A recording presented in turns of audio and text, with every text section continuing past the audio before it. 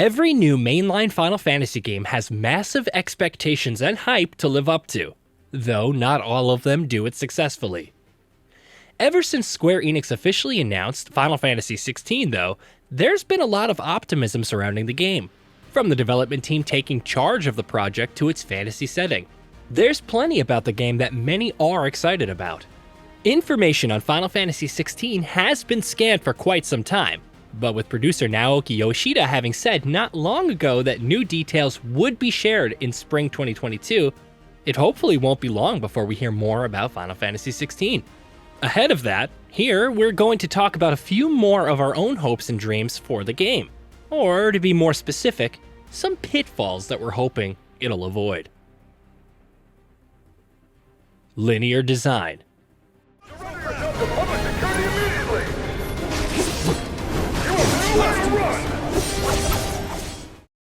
Final Fantasy games have never really settled on whether or not they want to be fully open world, and the mainline series has often flitted back and forth between open-ended design and a more directed and linear approach. With Final Fantasy XVI, however, we're hoping that the former will be much more emphasized. No, not every game needs to be open world, but with Final Fantasy games, we're always expecting to go on these grand, sweeping adventures of epic scale, and the open world approach worked pretty great for games like that. Even the wildly inconsistent Final Fantasy XV was usually at its best when it gave players the freedom to explore a vast world after all. Of course, just having a large world isn't enough, which leads us to our next point: uninteresting world and locations. Final Fantasy XV's open world segments were among the best parts of the game, but even they had issues. Non-linear design can easily fall apart if it isn't backed up by quality content and variety to keep players engaged, and we seriously hope Final Fantasy XVI doesn't fall short on that front. What exactly do we want from the game's world then? Well, for starters, there will hopefully be plenty of environmental variety across different locations and biomes, hopefully with several unique towns and cities to explore. Having a world that's narratively rich and has interesting lore can also encourage exploration quite a bit. And of course, quality optional content is a bit of a must. Speaking of which, boring side quests. Stab like a tonberry. So, not even a thank you? RPGs in particular usually struggle with the quality of their side quests and optional content, given how massive they are and just how much there is to do in them. And even though we're seeing more and more examples that go against that notion, Final Fantasy as a series has sadly generally failed to do that until now. Sure, there's usually a lot of challenging and enjoyable endgame content in mainline Final Fantasy games, but when it comes to the side quests in particular, the quality usually ranges from terrible to forgettable. We're not hoping that Final Fantasy XVI will make a sudden and massive jump over previous games in the series, but a marked improvement is still needed. Limited party. Forming a party of interesting characters and traveling a vast land through them has always been a core part of Final Fantasy's identity. And though there's still plenty that we don't know yet about Final Fantasy XVI, it's safe to assume that it's not going to eschew that tradition. In the brief gameplay that we've seen of it so far, we've only ever seen a single character being controlled in combat, which has raised questions for some people. Is Final Fantasy XVI going to cut down on how many party members it'll have, or how many character players will be able to control in combat? Hopefully, that won't be the case. Not only is the party dynamic a crucial part of the series' storytelling style, it also adds a lot of depth and variety to the combat and gameplay. So doing away with that might not work out too well. Hopefully, that won't be the case. Repetitive combat.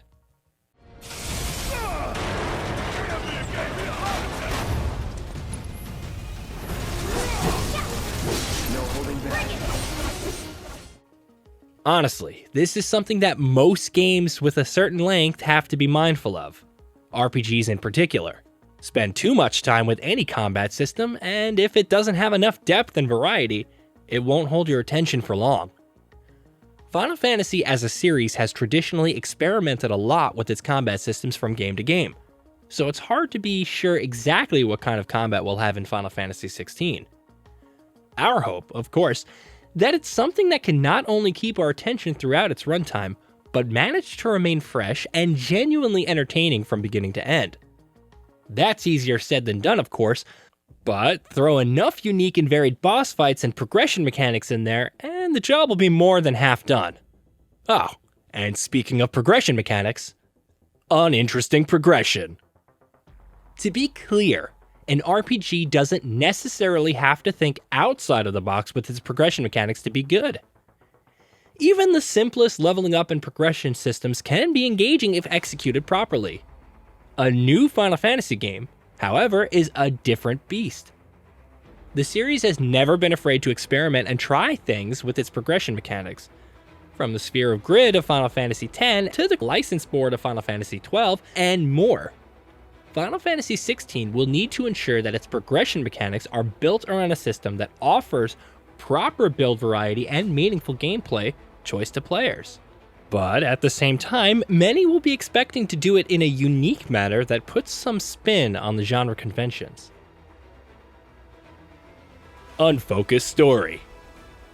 This is something Final Fantasy often struggles with. Let's not even mention Final Fantasy XV, which owes many of its narrative issues to its troubled development. Other mainline games in the series have had these problems quite as often as well. Final Fantasy XVI needs to ensure that its story is taut, focused, and easy to follow. Avoiding unnecessary complications and providing proper context for important plot twists isn't always something this series has done, but that'll need to change in FF16. Overwrought storytelling. Just as important as having a good story is actually telling it well. And not just with proper writing and structuring and pacing, a lot of which we just discussed. No, the moment-to-moment flow of conversations between characters, for instance, can be just as important. The excessive anime grunting from basically every single character in Final Fantasy VII Remake was a big mark against the game for many players, and it really is something that can often get in the way of even the best stories. Hopefully, with Final Fantasy XVI, Square Enix will take a less overwrought and more toned down approach and try to inject at least a semblance of subtlety into its storytelling. Sometimes, less is more. Did you know that we at GamingBolt upload new videos every day? Stick around, drop a like, subscribe, and let us know what kind of content you'd like to see in the future with a comment below.